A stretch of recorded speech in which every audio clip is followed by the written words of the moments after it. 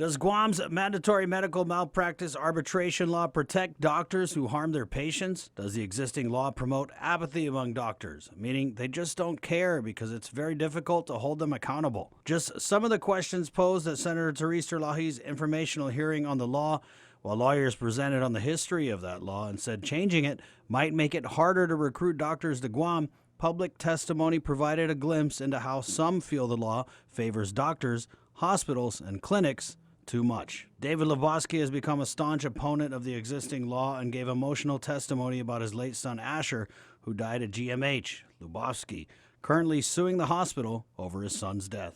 No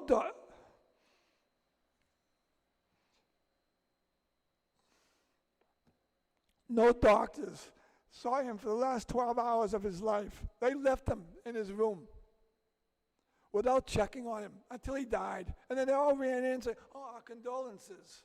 The lack of accountability should anger everyone.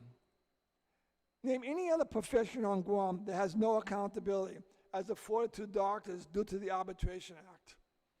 The difference is that our kids are dying. Attorney Mitch Thompson, who represents several healthcare providers, spoke on Guam's old malpractice law struck down by the Ninth Circuit Court in 1984 and the current law, which calls for mandatory arbitration before a malpractice claim can be brought to court. If an arbitration decision is appealed and lost, the losing party must pay the winning party's legal fees, which Thompson said can sometimes run upwards of $150,000. The law discriminates against the poor.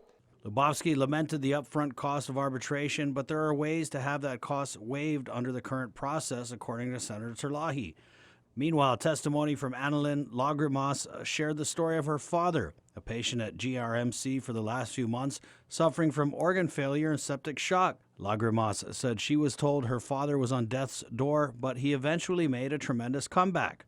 But now he's even closer to death. And Lagrimas says it's because of something that was preventable. He had fought to stay alive. However, due to negligence during his stay, he had developed a bed sore that they had allowed to progress into a stage 4. And a critical state where the bed sore was now a giant crater-like wound that had reached the bone, and is now the cause of his new infection. Lagrimas telling the panel of senators at the hearing that her research found upper stage bed sores are, quote, largely preventable and are described as a preventable never event that causes serious patient harm or death. She has since filed a formal complaint against GRMC.